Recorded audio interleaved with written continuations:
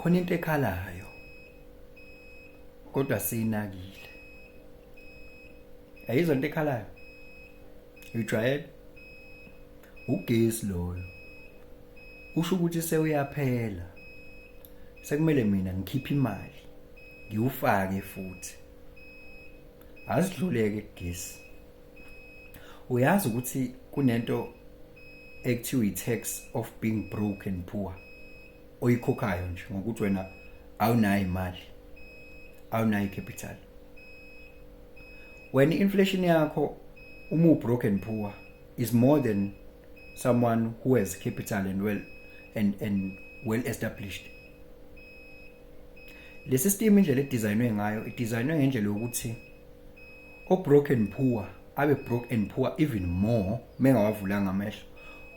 O rich and wealthy abe rich and wealthy even more mangaba eyazi math that is involved there.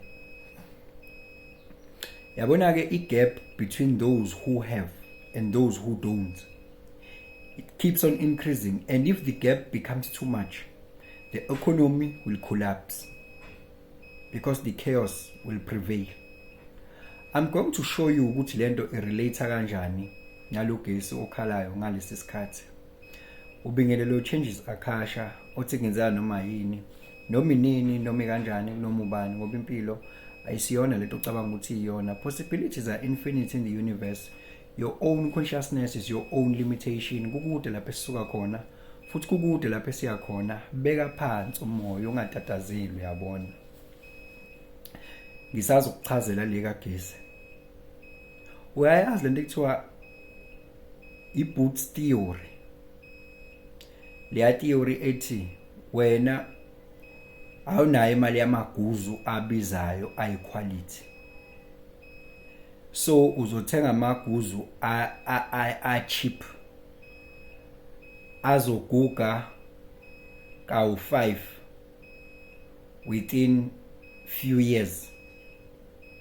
By the time lo maguzu akho usuwathenge kawu5, lo wawathenga abizayo kanye uyobe senawo nje lawo maguzu lawo. Wena usuwathenge ngemali yaze yadlula kule mali ayikhipha yena ukuthenga amaguzu, ngoba wena ngaleli yalanga wena uhlezi ungenayo imali yokuthenga amaguzu nje aqondile. For an example, awunawo wena u2500 okuthenga amaguzu aqondile nje. Uno 500 wa cheap. Mhlambe njoba uwathenge kawu 6 or 7 lamaguzu within some few years. So kusho ukuthini wena usuno 500 nje aba u7 osubakhiphile 5 10 15 20 25 30 35 3500 amaguzu wena usuwathenga, kodwa still awunawo amaguzu. Lo wathenga ka 2.5 u1000 richer than you, ngoba yena weni capital yokuthenga amaguzu abizayo. Yabo? Akanayo imali yokuthenga ipack yobisi. Ipack yobisi mawuyithenga ubisi lolo lapho mawusulu 12 per liter, cost per liter is very very cheaper than umuntu ozothenga ubisi nga 1 by 1 kwi convenience shop, ngoba yena unayo imali yokulithenga. Uzohamba ulithenga convenience shop and the cost per liter for you is more than umuntu olithenge lapha, because ngokwe economies of scale wena uyashayeka, awukwazi ukubhagaina. Yabo ukuthi wena ulokhu ukhokhe kakhulu wena ngoba awunayo capital. That is just about grocery and these items that we use. Irelate kanjani lento nalogesi? Yabona lo gesi lo mangabe ngawufaki, mhlawumbe ngithi ngizolinda ize ngibe nemali. Lapha nefrijini kunezinto ezikhona ezinye engakavulwa, ezinye ezisheshayo nokunakala. Uma ngithi ngizobekezela ngendlela engizobekezela ngayo, ngibone ukuthi mapha amanye ama options, noma ngisebenzisa igesi noma ngifaka ilight echargewayo noma ngenza njani, but ugesi anginayo imali yami, kuzokonakala lo kuyakudla. and kuzomela ukuthi ngiphinde ngikuthenge futhi lokho kudla.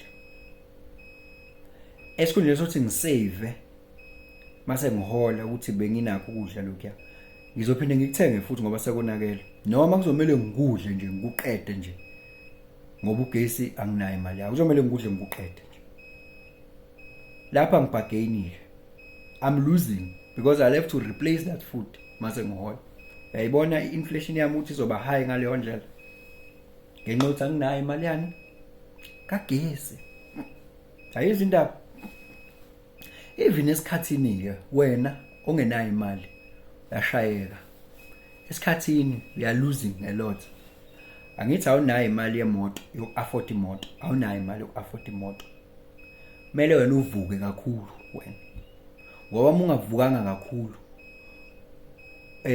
kuzomela ukuthi ukhave ngokuthi uqashe imoto ezokuyisa lapho, noma uqashe i-Uber, noma wenzeni. Uber is costly than i-public transport. Kuzomela uqashe i-Uber yokuthi usu-late, enye i-tax oyikhokhayo leyo ngoba awunayo imali yemoto wena.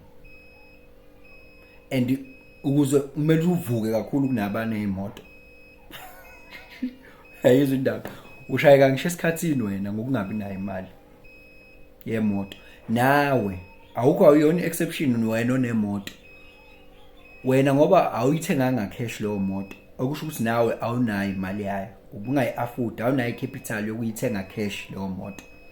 So wena ke mawukuthi beyibiza u250,000 leyo moto, wena ngoba unawo 250,000 uzokhokha double over the period of that vehicle payment. Uzokhokha double wena. Nakho ke ngithi niyakhumbula ukuthi ngathi sibuye sibe nenkinga futhi la yengane ekhala esimene sika non-stop. So emavidweni yami time to time ngizocela ukuthi ukwazi lokho, ungangibuza yona yami. Lalela, uma ngabe ukuthi ke wena uhlulekile, awunayo imali ye-capital, leyo moto uzoyithenga nge-installment and uzokhokha double, but you are going to pay more wena because you don't have the capital. Yabo, you are going to pay more kwi-interest. Yayizwa lonto.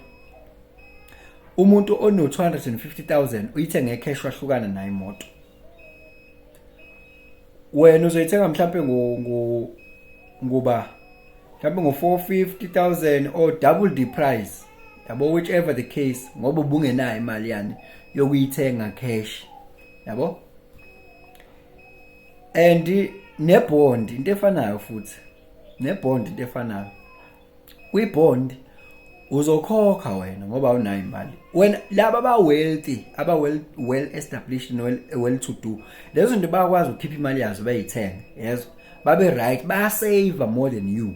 Yabo, wena le mali lo 150,000 ozobe ukhokhile we-interest, yena usavile yena.